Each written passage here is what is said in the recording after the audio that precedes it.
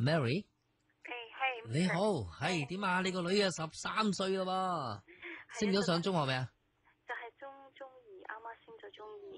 中二啦已經，係啱啱中二。咁咧，因為呢2個月咧，我就覺得佢有啲異常咧。係啊。即係佢個電話咧，係咁不斷即係做緊功課，係咁2-3分鐘就有 message send 入嚟，跟住又整低嘅，跟住係冚住個電話唔俾我睇咁樣。跟住嗰陣，我之前就其實有啲懷疑咁樣嘅，咁變咗後尾咧就越嚟越明顯喎，即係有時又閂埋喺廁所入邊 send 咩，唔知做乜嘢又唔俾呀咁樣。係 send message 啦，定係講嘢啊？講嘢就梗係細聲講大聲笑咁樣。冇 send message 冇聲嘅。咁淨係講電話。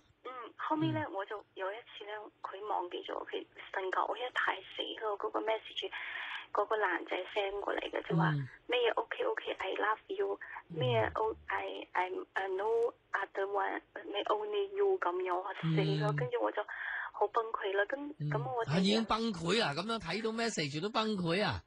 唔係，即係我就覺得好。哇！如果你見到拖住手仔咁點算啊？我就好嬲，咁但係我當時就忍住，我就心諗係咪小朋友走去玩玩下咁細個？我第2日我就問佢，我話我仲扎，我又唔敢俾佢知道我睇到佢。咁我話你 send 啲 message 通常講啲乜嘢啊？佢話玩玩下啫，佢自己咁講玩玩下。咁我話你以後咧，無論玩玩下都要有分數嘅，有啲嘢係唔可以隨便。有分寸啲，係啊，我話你又要有分寸嘅。咁我以後咧，你唔可以隨便 send。唔係隨便講就唔係玩玩下噶咯，咩都認真噶咯。如果咁就，佢而家就係玩玩下就所以隨便講啊嘛。所以唔係咁，我就話，我就 Only you 咁樣你講下啫嘛。係咯，點可以咁樣講？唔係唔可以啊，就係玩先係咁啫嘛。做啊好難啦。就係咯，跟住咧佢又話，咁細個，咁細個13歲半，變咗咧我同我先生咧唔知點對付，因為咁細個你同佢講生又唔得，講錢佢又好似唔明，咁我哋一路都同佢講講錢佢又唔明。唔係，即係講錢嘅話咧，佢好似我真係唔知點應對啊！譬如我哋同你講，你咁細個，你而家中學好關鍵嘅，你將你想做個點樣嘅人啦？你而家就算100%嘅精力用喺讀書上面，你都未必可以讀到一個理想嘅大學，仲要花啲時間喺度談情說愛。你仲要嘥呢啲時間，你話你將你想做咩？你係咪就係隨便嫁一個咩嘢人都可以啊？你自己心目中其實佢自己對自己好有要求，佢嘅成績咧自細一路都係前3名噶，佢係好優秀嘅，即係。咁而家咧？而家都中一咧？中一都係第1嘅，都非常好嘅。咁好咯。咁但係而家就出現呢個，我有感覺，我點解之前有啲唔想相信啦？即係因為我見佢功課都係好認真喺度做。而且咧，樣樣嘢都好積極啊！但係我硬係覺得佢唔啱嘅，即係成日有 message 又有打電話，而且佢而家好精喎！佢翻到嚟咧，佢將啲 message 咁佢叻梗係精噶啦！佢將啲 message 全部 delete 晒，全部 delete 晒。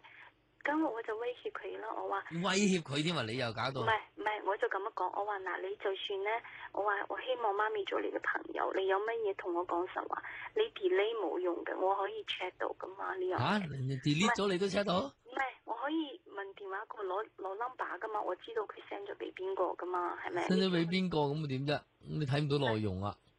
咁但係我即係意思，我咁樣同佢講咯，即係我意思話，希望佢信任我。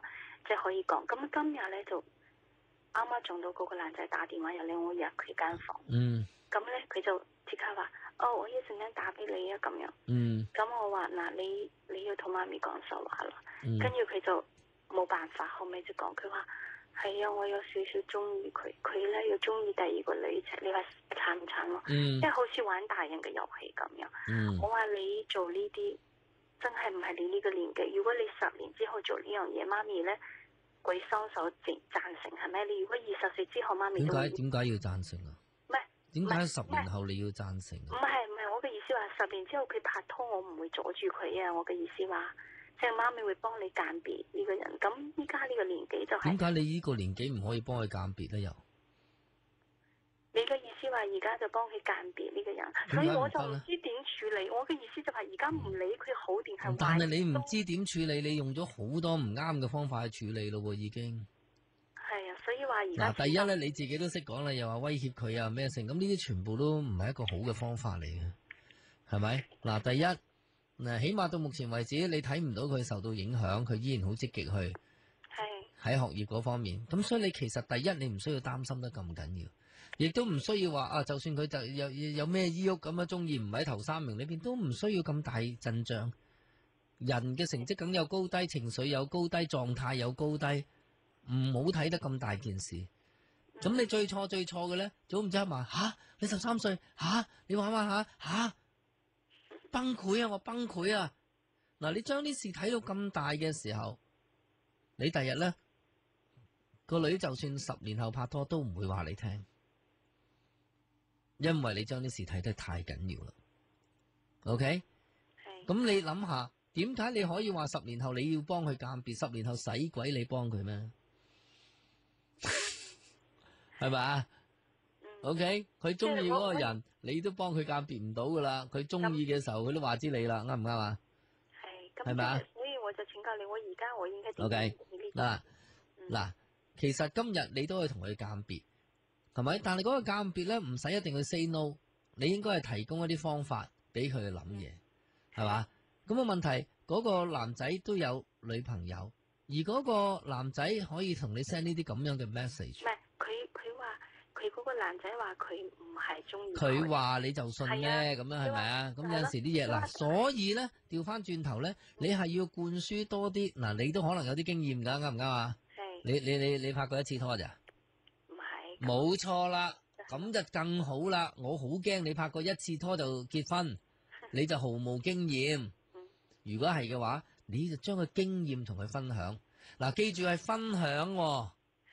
我當年啊識一個咁啊，係嘛？中意你啊，或者氹你嘅時候咧，就講到乜都得咁樣，係咪？一陣轉個身，都當你即係地底泥啊，賤過係咪？好似而家呢啲咁樣係咪？佢可以係嘛？嗰頭有女朋友，呢頭背後又咁樣，係咪？咁你最緊要你證實佢係咪真係佢唔係中意嗰個啊？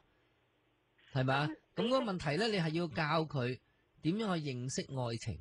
教佢點樣去揀人，唔係揀呢個，係點樣揀人就得噶啦嘛。即係你嘅意思就係話咧，教識佢選擇愛情。如果話呢個男仔係真係專一中意，嗱，你睇下我呢頭話，我呢頭都話，唉，叫你去鑑別，教佢鑑別嘅方法，唔係去指呢個男仔先。嗱，我哋要教大路嘅嘢。唔係去對付某一個人、某一次嘅事件，你要教識佢愛情嘅正確觀念。OK，